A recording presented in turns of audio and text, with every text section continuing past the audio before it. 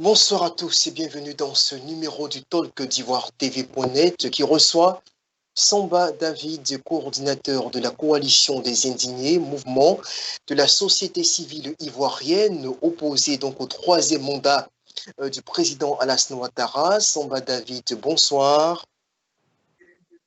Bonsoir, bonsoir chers amis de Ivoire TV.net.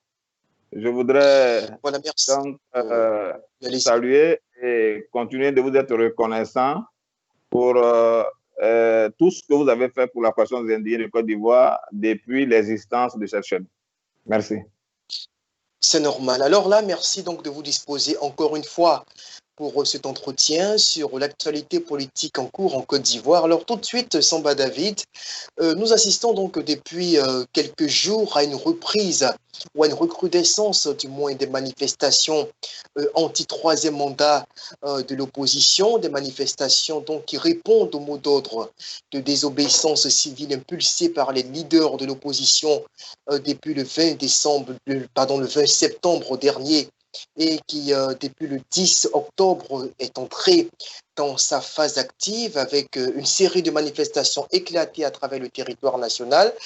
Alors, quel est votre sentiment, vous, en tant que mouvement de la société civile, sur cette nouvelle tournure que prend l'actualité ivoirienne? Oui, merci de me donner l'opportunité de m'exprimer sur la question des semblants d'élections en Côte d'Ivoire. Avant d'entamer le vif du sujet, je voudrais donc m'incliner devant la mémoire de toutes ces personnes qui sont tombées par la faute par la faute de l'obstination de M. Alassane Ouattara à vouloir organiser les élections pour lui, pour se faire plaisir, non pas pour les Ivoiriens.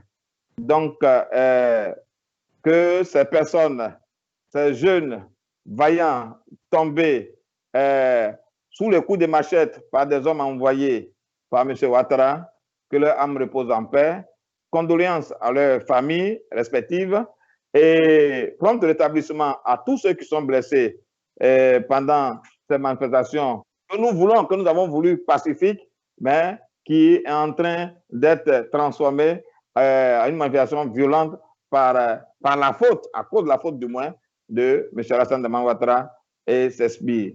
Merci. Ok, là, je vous demandais justement votre sentiment sur la recrudescence des manifestations de l'opposition dans le cadre, bien sûr, du mot d'ordre de désobéissance civile.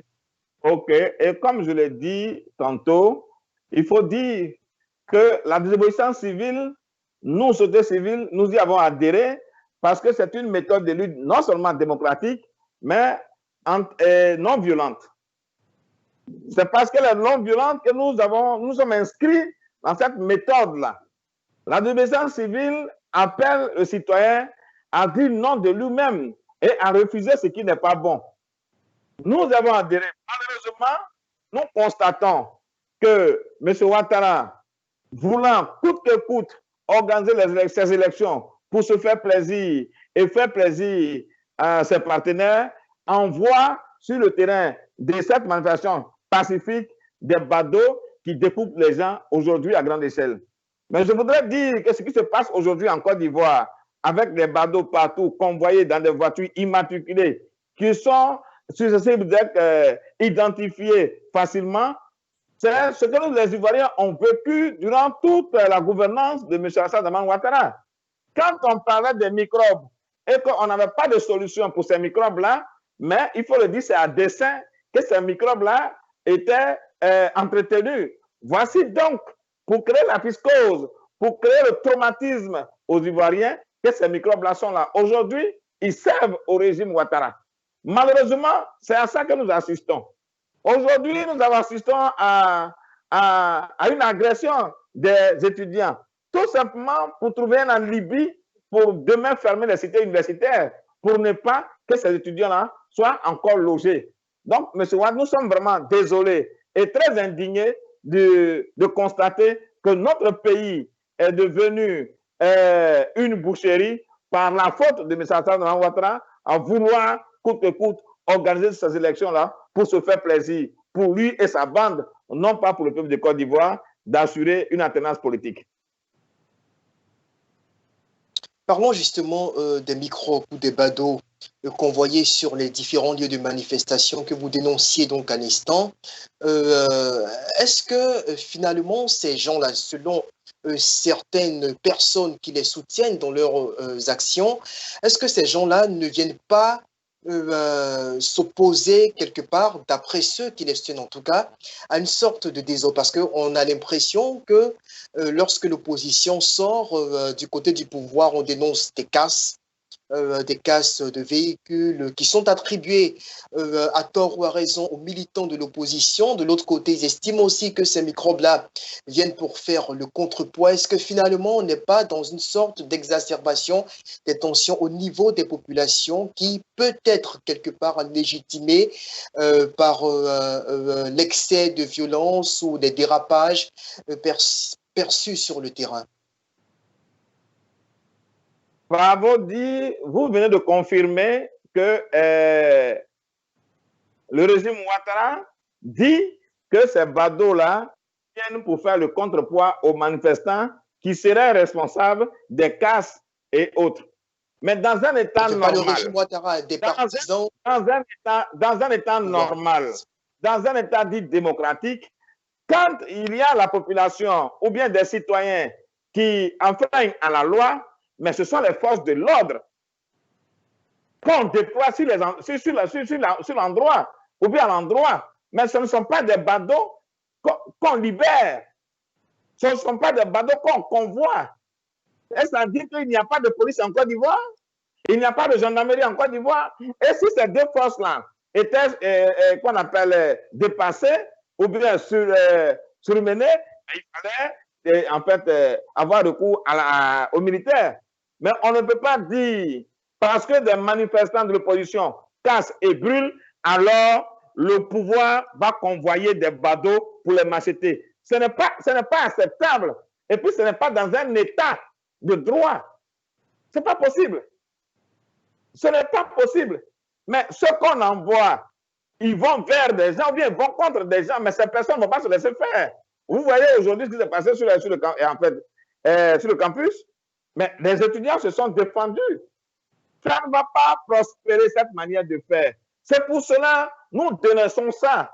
Le pouvoir de Ouattara, pendant ces 10 ans de gouvernance, M. Alassane Dramane Ouattara ne s'est pas donné les moyens de faire accepter sa politique par l'ensemble des Ivoiriens. Pendant les 10 ans de pouvoir, M. Ouattara n'a pas essayé de faire croire aux Ivoiriens que c'est avec eux qu'il gouverne.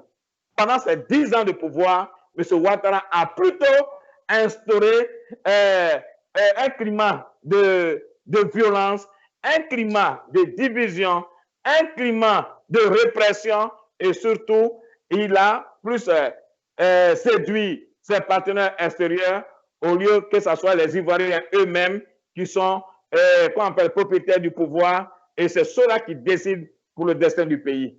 Voici donc M.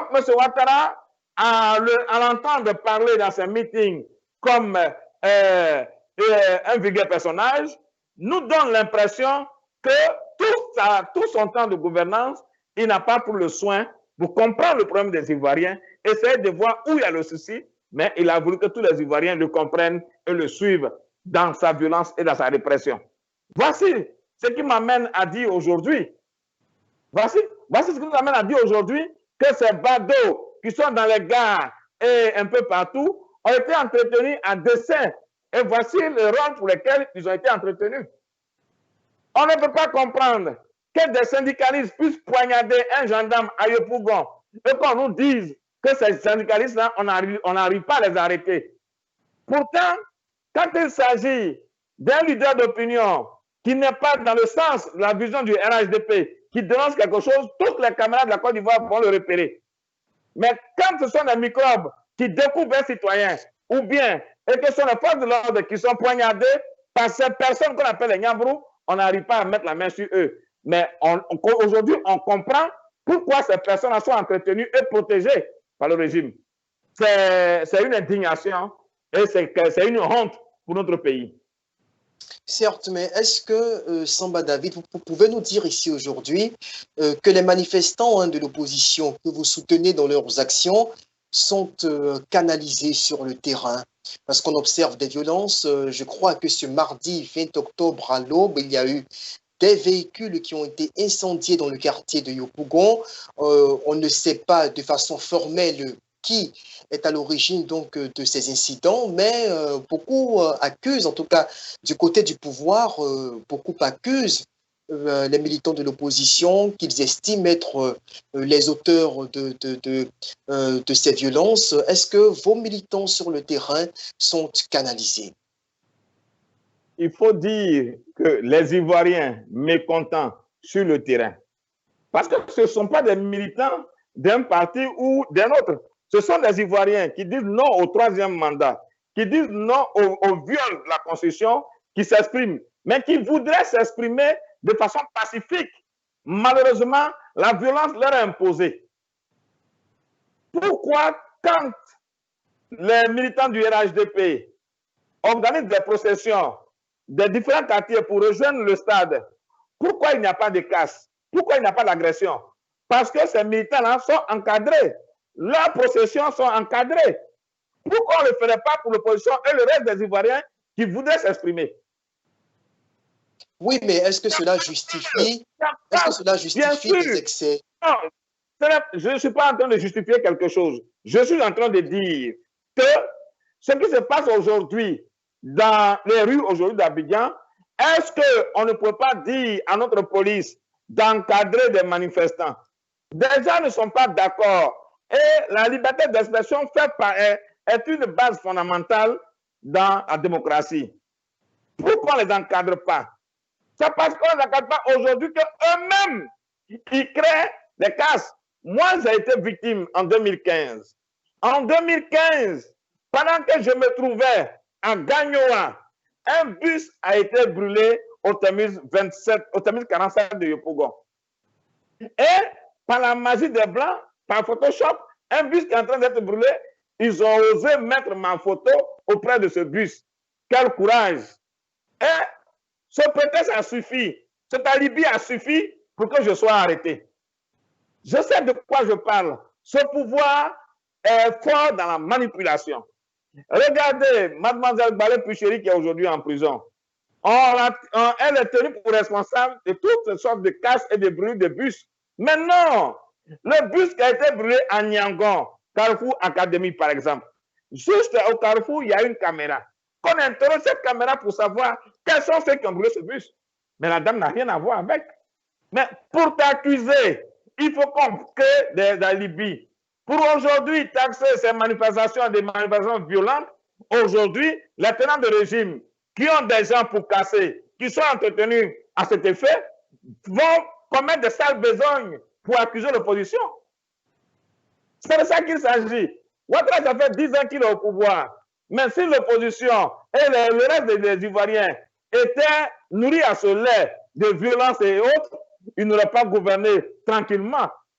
Mais il a été, de tous les présidents qui a connu la Côte d'Ivoire, celui-là qui a gouverné 100 heures. Pour dire quoi? Pour dire que quand il y a casse, c'est lui. C'est lui. Et c'est ce que je sais que je dis. C'est ce que je sais que je dis. Vous voyez, mes années passées à la MACA m'ont quand même instruit et m'ont quand même amené à découvrir beaucoup de choses. Ces jeunes-là qu'on appelle microbes sont à la sorte de personnes que le régime connaît. Pour mettre fin au règne des microbes en Côte d'Ivoire, il suffit tout juste de prendre leurs différents chefs qu'ils connaissent. Mais il les laisse faire. Non seulement il ne veut pas encore d'appeler microbes, mais des jeunes, des enfants en conflit avec la loi. On les embellit en plus. On comprend pourquoi.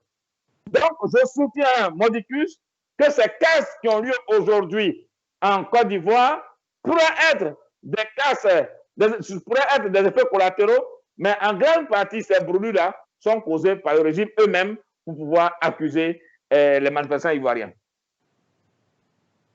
D'accord. Malheureusement, Samba David, l'on assiste également dans les différentes localités où ont lieu des manifestations à l'intérieur du pays, à des affrontements intercommunautaires entre autochtones de ces régions et, faut le dire, faut dire les choses telles qu'elles sont, et allogènes généralement d'origine malinké ou simplement étrangère.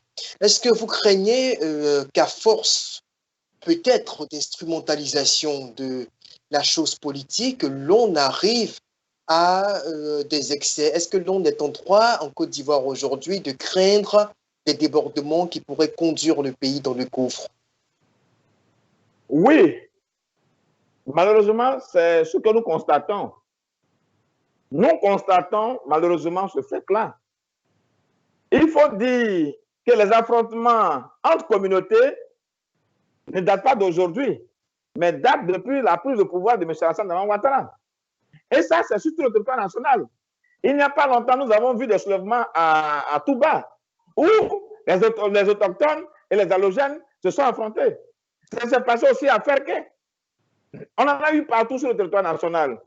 M. Alassane Ouattara n'a pas pu essayer de remettre les Ivoiriens et les autres ensemble. Je voudrais parler des allogènes ensemble.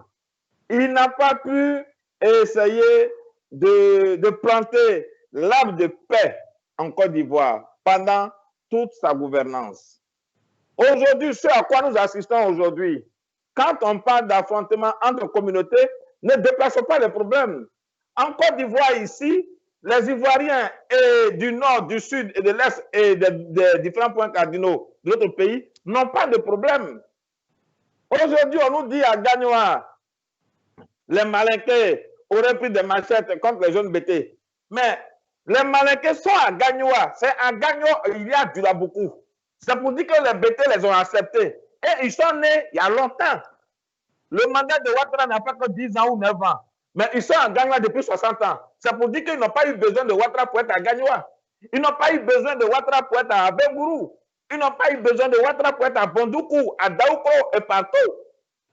Ce sont des manipulations. Des gens sont convoyés depuis leur fêtière à Abidjan en direction de ces régions-là pour commettre ces actions. C'est de ça qu'il s'agit. C'est de ça qu'il s'agit. Sinon, hier, je parlais avec les amis avec lesquels j'ai fait mon enfance. Je voudrais bien les citer. Il y a Soumaro Drissa, qui est aujourd'hui l'un des cadres du RHDP. Je parle avec lui. Il est né à Zaïboyo. Soumaro Drissa est né à Zaïboyo. Allez-y sur sa page Facebook. Il dit, il s'appelle le lion de Zaïboyo. Pourtant, il est Koyaka. Il se fait appeler le lion de Zaïboyo. Sur Timité, il est également né à Zaïboyo. Nous avons parlé pour dire ce qui se passe, il faut que nous prononcions. Parce qu'il n'est pas normal de convoyer des gens à Abidjan, aller les verser, les descendre dans un quartier qu'on appelle Djoula beaucoup, pour dire, pour faire croire aux gens que les Djoula seraient en train d'attaquer les autres. Mais après Ouattara, qu'est-ce qui va se passer? Ces quartiers Djoula beaucoup à travers la Côte d'Ivoire vont disparaître? Non. On a toujours vécu en bonne intelligence avec ces personnes-là. Ça, c'est clair. Il n'y a pas de problème d'ethnie en Côte d'Ivoire. Le problème aujourd'hui, c'est le système Ouattara. C'est Ouattara, tout que tout qui voudrait s'installer et mourir au pouvoir. C'est tout. Ce n'est pas un problème d'ethnie. Je te le dis. Moi, j'ai mon enfance, je suis resté à Djoulaboukou. Ce n'est pas un problème d'ethnie. Mais ce sont aujourd'hui Ouattara qui convoient par ce mécanisme ces personnes dans ces quartiers qu'ils jugent qu'on appelle recevables pour ces personnes-là pour pouvoir commettre des impairs. C'est à quoi nous assistons et c'est ce à quoi nous avons assisté à Bongouanou. Des gens ont été convoyés depuis Abidjan. Voici donc ce que je voudrais dire sur la question. D'accord. Alors parlons à présent de la mission de la CEDEAO qui vient de s'achever seulement ce lundi 19 octobre avec des recommandations qui visiblement ont déplu à l'opposition politique qui n'a certainement pas apprécié cette clause des recommandations qui demandait aux candidats boycotteurs de l'opposition de retourner dans le jeu électoral afin de prendre part à la compétition, à l'élection du 30 octobre prochain, et en même temps de mettre fin aux actions de désobéissance civile qui sont à la base donc, des manifestations éclatées un peu partout dans le pays. Vous, en tant que président d'un mouvement de société civile donc, qui est partie prenante de ces manifestations, quel est votre regard sur ce communiqué de la CEDEAO en 5 minutes? Bon, il faut dire que c'est une honte pour l'Afrique. Le communiqué de la CEDEAO qui demande coûte que coûte que les différents candidats partent aux élections est une honte. Nous avons vu sur les réseaux sociaux, quelqu'un a dit, je ne sais pas si c'est vrai, que quand le peuple n'est pas content, il s'exprime dans les urnes. Mais le peuple ivoirien voudrait toujours s'exprimer dans les urnes, mais dans des conditions normales. Mais les conditions dans lesquelles nous sommes là ne permettent pas aux citoyens ivoiriens qui aspirent à un changement pacifique et démocratique à aller voter. Là où ton choix pourrait être changé en autre chose. Nous avons connu les élections en 2010. Ça nous a apporté la guerre. Pourquoi? Parce que des gens ont dit que les élections étaient mal organisées, il y avait eu fraude et que les résultats n'étaient pas ça. Aujourd'hui encore, la majorité des Ivoiriens disent que ces élections-là ne vont pas bien se passer. Il faut donc aller parler pour trouver un consensus avant d'aller aux élections. L'urgence, ce n'est pas les élections. L'urgence, c'est de préserver après les élections. Vous comprenez? Donc l'urgence, c'est de préserver les vies. Alors je suis étonné que la CEDEAO dise aux différents candidats d'aller dans le jeu politique. Mais ils ont joué le jeu politique, ils ont déposé la candidature a été acceptée. Aujourd'hui, étant candidat, ils jugent utile de revendiquer avant d'aller aux élections. C'est tout à fait normal. Les jeux, en fait, les règles sont déjà biaisées. Et vous voulez que je participe.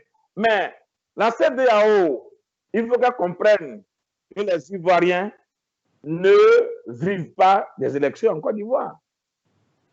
Ce n'est pas quand il n'y a pas d'élection que les Ivoiriens ne vivront pas. Non. Un problème est posé. Notre loi fondamentale, qui est la Constitution, est violée. Vous ne parlez pas de ça. La CEDEAO vient.